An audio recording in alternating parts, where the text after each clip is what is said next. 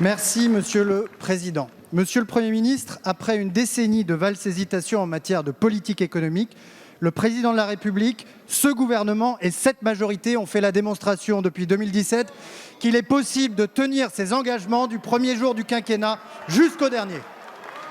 Nous avions promis de baisser la taxe d'habitation, les cotisations sur le travail, l'impôt sur les sociétés, la fiscalité du capital. Nous avons baissé la taxe d'habitation, les cotisations sur le travail, l'impôt sur les sociétés, la fiscalité du capital. Et 4 ans après l'élection du président de la République, les résultats sont là. Le niveau de vie a progressé 2 fois plus que sous les 2 précédents quinquennats. Le chômage est au plus bas depuis 13 ans. Les créations d'entreprises sont à leur plus haut historique.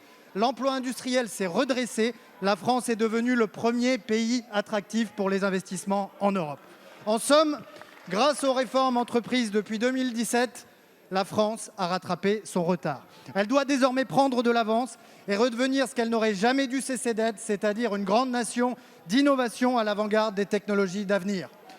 C'est la raison pour laquelle nous saluons le plan France 2030 présenté ce matin par le président de la République.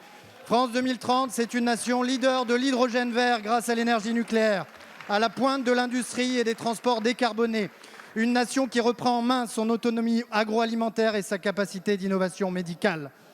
Une nation qui réinvestit l'exploration spatiale et celle des grands fonds et qui apporte des solutions durables aux problèmes d'approvisionnement et de coût de l'énergie qui menacent aujourd'hui et menaceront demain la croissance, l'emploi et le pouvoir d'achat des Français.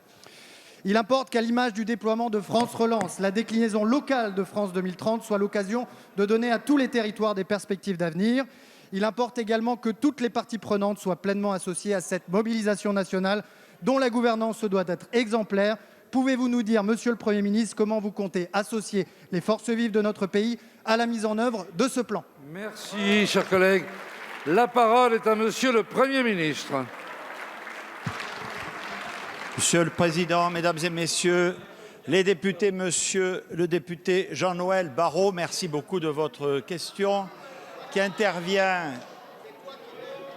à un moment important puisqu'il illustre la stratégie du président de la République et du gouvernement à ce moment très particulier de notre histoire. Je rappelle à l'Assemblée nationale les éléments fondamentaux de cette stratégie. Il s'est d'abord agi, mesdames et messieurs les députés, vous y avez apporté votre concours face à la crise, de sauver notre économie, ses entreprises et notre pacte social.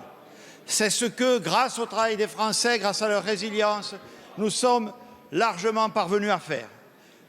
La deuxième étape, je l'ai annoncée en septembre 2020, il s'est agi de relancer l'économie pour faire face aux conséquences économiques et sociales de cette crise inédite. Ce plan de relance, 100 milliards d'euros, vous le connaissez, je n'y reviens pas. Là encore, grâce bien sûr à ce plan, surtout à la mobilisation et au travail de tous nos concitoyens, les résultats sont au rendez-vous. Encore hier, vous l'avez vu, l'INSEE a révisé ses prévisions de croissance pour 2021 et c'est une excellente chose pour notre économie, pour notre taux de chômage et pour notre modèle social. Depuis plus de 30 ans, le nombre de faillites d'entreprises n'a jamais été aussi faible et nous avons recouvré d'ores et déjà le taux de chômage qui existait avant la crise. Pas question, monsieur le député, vous l'avez dit, de s'arrêter là. Nous devons poursuivre la logique de transformation, de modernisation de notre économie à l'œuvre depuis 2017.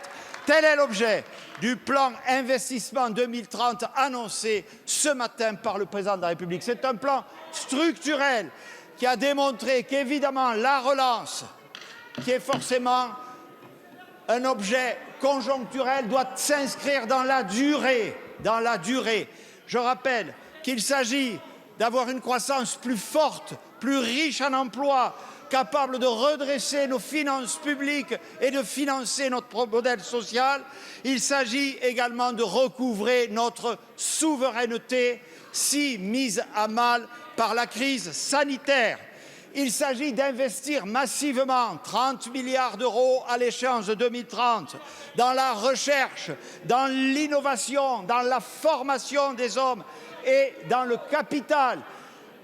C'est le meilleur moyen, vous le savez toutes et tous, de restaurer notre souveraineté et nos finances publiques. Il ne s'agit pas, mesdames et messieurs, de dépenses de fonctionnement courant ou de dépenses personnelles. Il s'agit d'investissements ciblés sur la décarbonation, la numérisation, l'industrialisation de la France. Il s'agit de soutenir des acteurs émergents, des acteurs innovants, la prise de risque dont notre pays a besoin.